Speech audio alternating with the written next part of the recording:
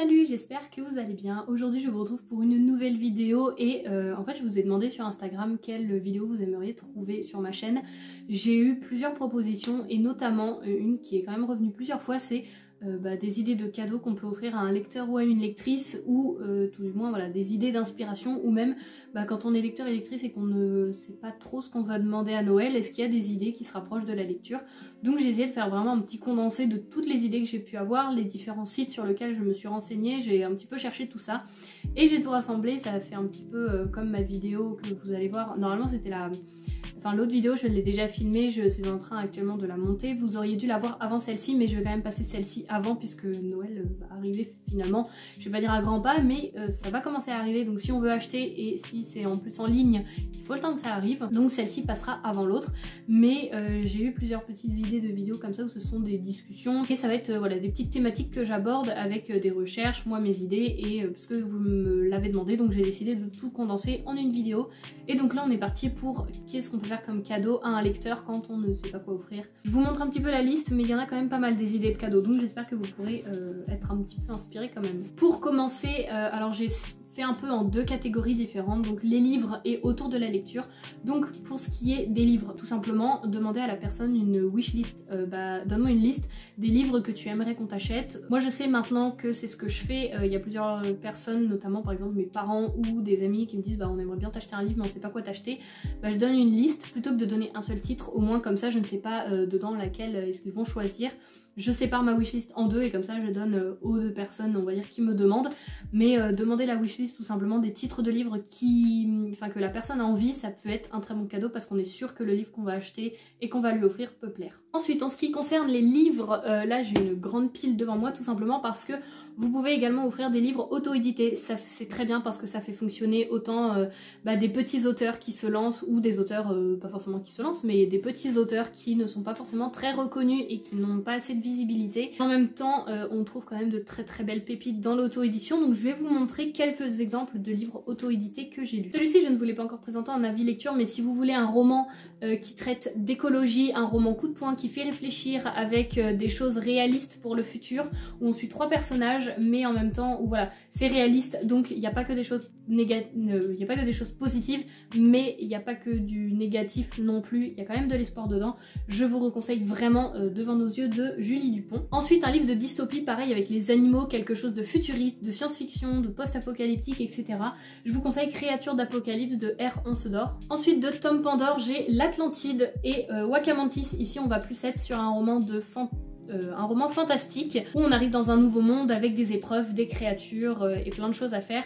Et ici on est dans une écocité qui paraît paradisiaque et finalement est-ce que c'est réellement parfait le futur qu'on nous promet. Reprendre son souffle de Marie Nomis, qui est un roman que j'ai adoré sur... c'est plus une histoire de famille, un contemporain avec une double temporalité suivant la mère, la grand-mère et la petite fille. C'est une histoire que je peux que vous recommander, où on apprend des choses sur l'histoire de son passé et l'histoire de sa famille. Et quelque chose de plus spirituel, je vous recommande... Alors j'en ai deux, mais j'ai prêté l'autre à ma mère. C'est de Apocalyptique 22, les dimensions du livre...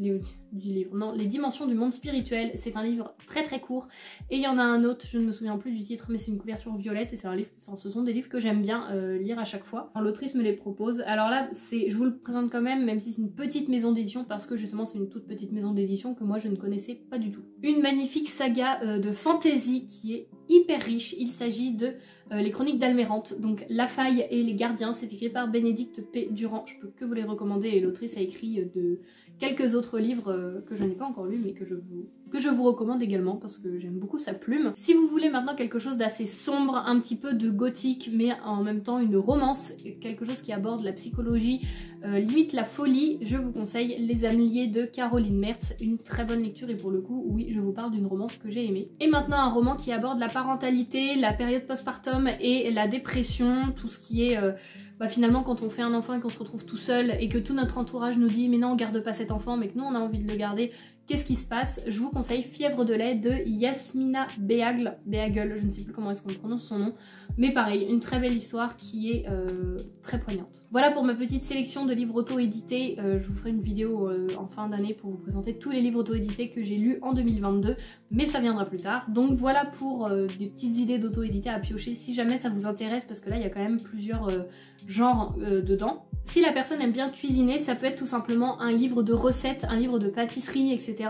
sur un univers qu'il aime bien. Par exemple, moi je sais que j'ai le livre des pâtisseries sur Disney, j'ai également l'autre, les recettes enchantées de Disney, mais il y en a sur tous les univers. Ça peut être Retour vers le futur, Ghibli, Harry Potter, enfin...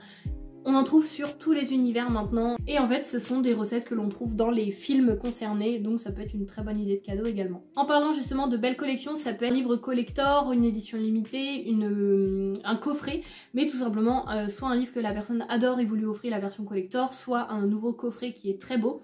Moi j'ai deux livres que j'ai pris pour vous les présenter. Par exemple, moi j'ai Les ailes d'émeraude de Alexiane Delis, et donc là c'est l'intégrale qui est quand même un beau pavé, mais le livre est magnifique. Donc ça peut être tout simplement un intégral de livre. Et l'autre que j'ai sélectionné, en fait j'ai oublié de le sortir, il est derrière, coincé derrière mon fauteuil de lecture, donc j'ai pas envie de le sortir, mais c'est, vous savez, l'intégrale, enfin pas l'intégrale, mais les histoires d'Edgar Allan Poe, où c'est un très beau livre dans une nouvelle édition. Ils ont également fait ça avec Frankenstein et d'autres livres, mais surtout il y a beaucoup de classiques maintenant qui sont refaits dans de très belles éditions. Donc si la personne est intéressée, ou si vous savez que ça peut lui plaire, franchement foncez. On continue avec tout ce qui est beaux livres, les livres collector. Ça peut être également des illustrations, enfin pas des illustrations, mais des, vous savez, des albums. Je sais que les livres de Benjamin Lacombe, regardez, mais il y a beaucoup de contes, ou les histoires du Japon, les esprits du Japon. Il a illustré aussi Bambi.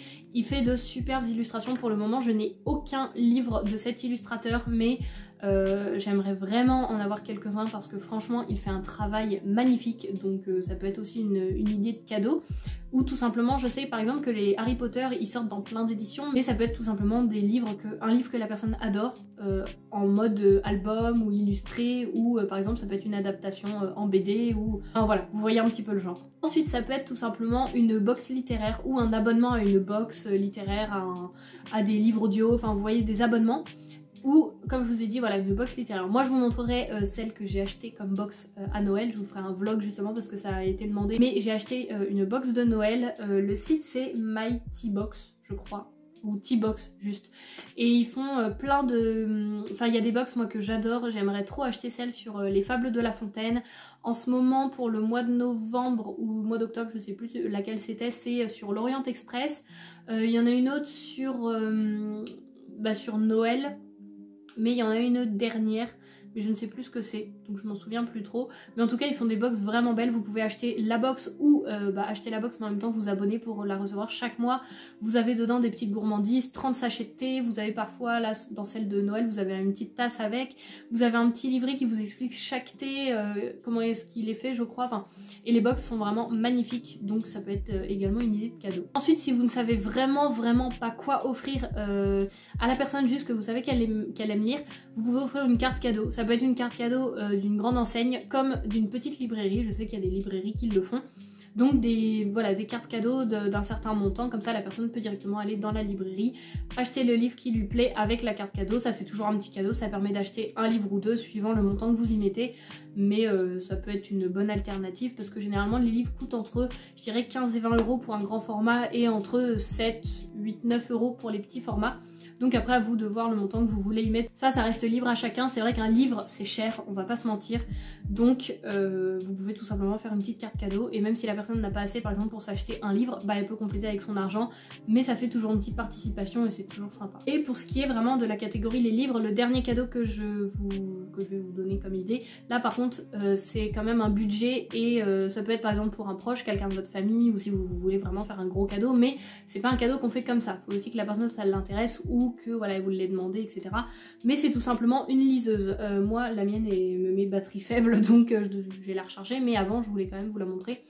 Alors je pourrais pas du tout vous donner la référence, mais moi c'est une Kindle que j'ai achetée sur Amazon, la moins chère. Parce qu'après il y en a qui sont waterproof, il y en a d'autres avec où on peut acheter la coque, il y en a qui sont je crois en couleur, enfin il y a plein de trucs où il y a des modes pour surligner, pour tout ça. Et ça fonctionne avec l'abonnement Kindle, mais en fait moi j'ai pas d'abonnement, je sais plus comment ça marche, mais tout tout simplement sur ma liseuse, j'ai rentré mon compte Amazon, tout ça. Et quand je vais sur Amazon, ou alors quand les auteurs m'envoient les livres, je peux les lire dessus. Mais sinon sur Amazon, on a souvent les livres, on a tout répertorié. Sinon, on peut directement faire de son ordinateur ou de son téléphone et acheter l'e-book et il arrivera directement sur la liseuse. Mais c'est vrai que ça peut être une idée de cadeau. Ou alors, si la personne a déjà une liseuse, tout simplement lui faire, si vous savez coudre un petit peu, ou si vous voulez acheter ça chez un petit créateur, tout simplement une petite pochette pour ranger la liseuse, parce que c'est vrai que moi je la protège toujours quand je l'emmène et tout, parce que bon, ça coûte un peu plus de 100 €, enfin ça dépend les modèles, encore une fois, je ne sais plus du tout combien elle a coûté, parce que j'ai dû l'avoir à mon anniversaire ou à Noël. Mais c'est vrai que c'est quand même un beau cadeau, mais il faut en prendre soin. Maintenant on va passer à tout ce qui est autour de la lecture. Donc on sort un petit peu du livre réel à offrir, mais là ça va être un petit peu tout ce qui entoure la lecture et qui peut être aussi très bien à offrir à un lecteur. Pour commencer, j'ai envie de vous dire l'essentiel quand on lit, c'est le marque-page. Donc ça peut être tout simplement d'offrir un marque-page. Moi est-ce que je suis obligée de vous dire que j'en ai largement assez des marque-pages, mais vous pouvez voir que j'ai quand même un bon choix. Mais ça peut être, voilà, comme je vous dis, tout simplement un marque-page qu'on fait soi-même.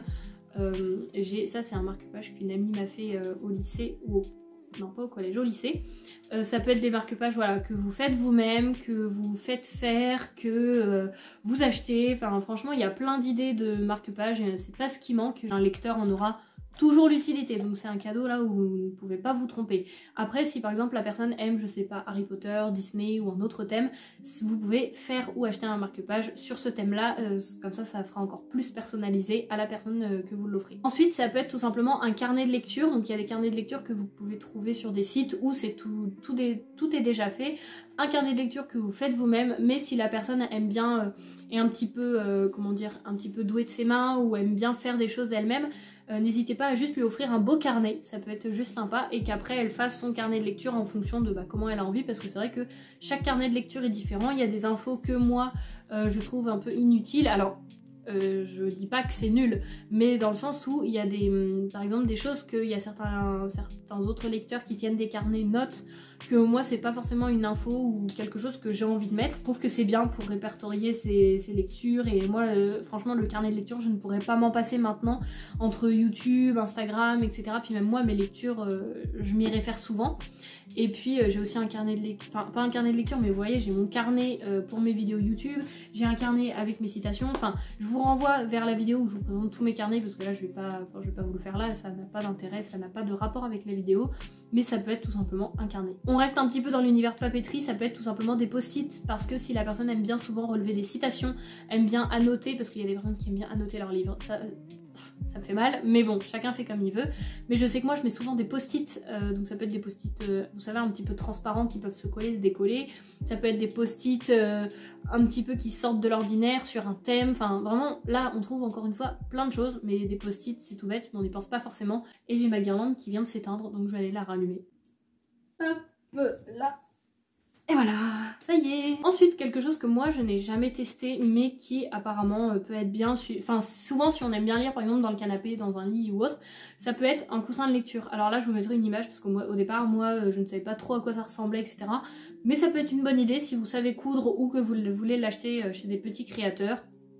Ça peut être une bonne idée. Quelque chose d'indispensable aussi, j'ai envie de vous dire, c'est une pochette à livres. Moi j'en ai plusieurs, je vous les montre pas toutes parce que j'en ai d'autres.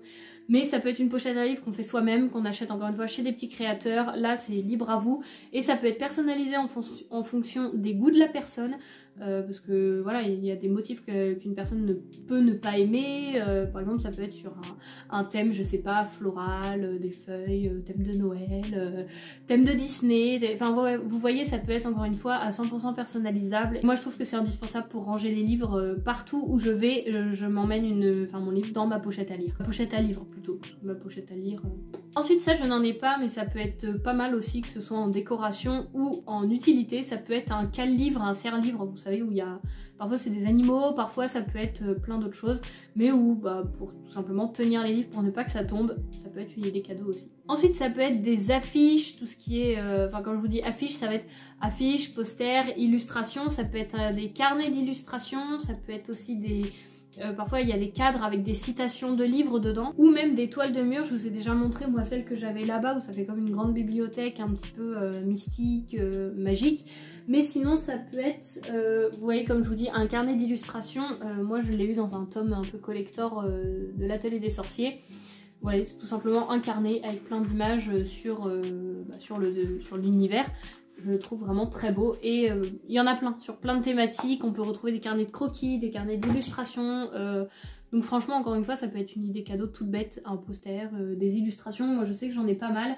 Donc voilà. Ensuite j'ai vu ça, je me suis pas trop renseignée, mais ça peut être des grands posters, un peu des tops. Par exemple, top des livres à lire dans sa vie. Ça va être un top de livres et en fait il y a le titre et une fois que la personne l'a lu, après elle peut gratter avec une petite pièce ou avec un petit truc, vous savez c'est comme les jeux à gratter, le truc qu'on peut gratter dessus, et comme ça après le but c'est de gratter tous les livres et puis d'avoir son petit poster. Enfin je trouve l'idée assez sympa. J'essaierai de rechercher pour vous emmener vers des sites qui proposent ce genre de poster là. Ensuite si la personne aime bien boire du thé, boire du café, etc., ça peut être tout simplement une tasse. Ça peut être une tasse personnalisée avec une photo de vous avec la personne, une tasse d'une photo de la personne avec je sais pas sa famille, ou enfin voilà, personnalisée, vous la faites faire sur un site, ou alors d'un univers que la personne aime bien. Moi je sais que j'en avais offert à ma soeur sur Demon Slayer, Splatoon quand elle était un peu plus petite.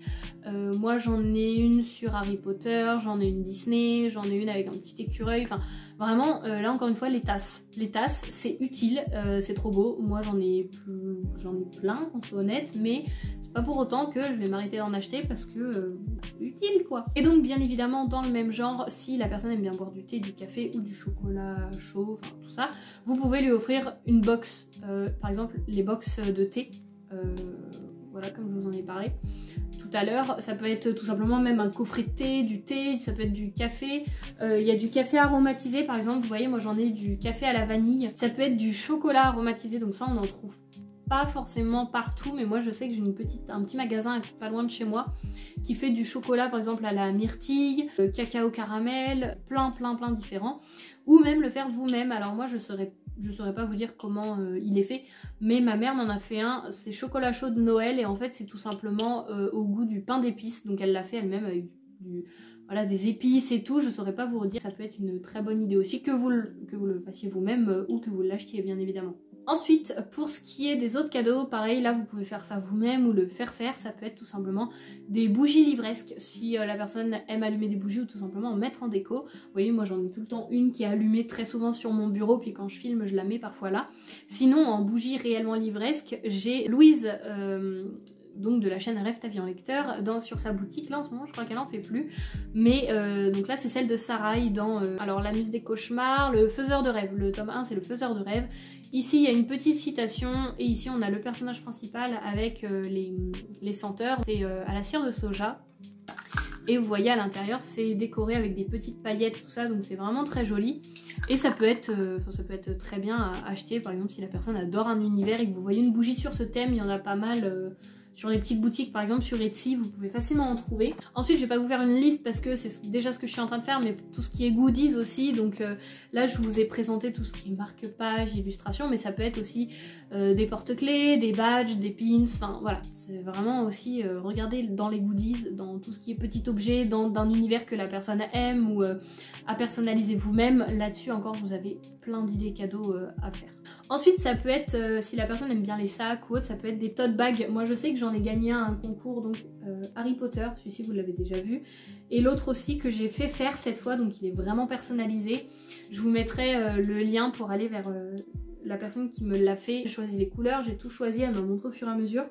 Et donc bah voilà, tout simplement les tote bags, je trouve ça hyper sympa. Et donc là moi j'ai 3 livres derrière, mais c'est vrai que les tote bags vous pouvez en trouver plein, des personnalisés, personnalisables, ou que vous achetez comme ça sur un univers. Ensuite je vois beaucoup ça, moi j'en ai pas, mais ça peut être tout simplement une lampe de lecture qui s'accroche sur le livre pour le soir, ou même une lampe en fait où ça fait un livre et quand vous l'ouvrez bah ça fait une lampe livre. Donc ça peut être également sympa pour le soir, pour lire ou même juste en déco. Ça peut être également, surtout pour la période en ce moment, je vous avoue que je ne sais pas, je vais essayer de vous sortir la vidéo de façon à ce que ça commence, enfin vous puissiez la voir avant le 1er décembre parce que sinon ben, je propose ça, mais ça n'a plus grand intérêt.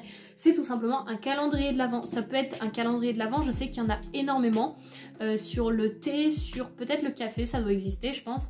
Un calendrier de l'Avent livresque, vous avez plein de sites qui en proposent.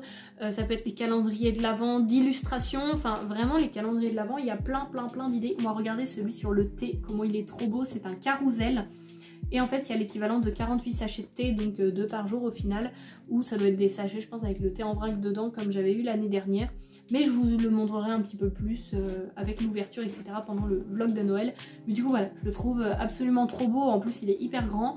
Mais tout ça pour vous dire que n'hésitez pas aussi à regarder un calendrier de l'Avent. Ça peut faire un cadeau, non pas le jour de Noël, mais avant et... ça dépend, il y en a qui sont plus ou moins chers, mais ça peut être un cadeau également. Ça peut être tout simplement des vêtements sur un thème. Par exemple, je sais qu'il y a, maintenant, il y a énormément de vêtements, je vois, sur Harry Potter, sur des séries, sur des univers, sur tout. Donc si vous savez un peu la taille de la personne, ça peut être un... Je sais pas moi, ça peut être tout simplement un pull, un gilet, ou n'importe quoi, même des bijoux pour les personnes qui aiment ça. Il y a également des figurines, tout ce qui est pour les personnes qui aiment bien les Funko Pop.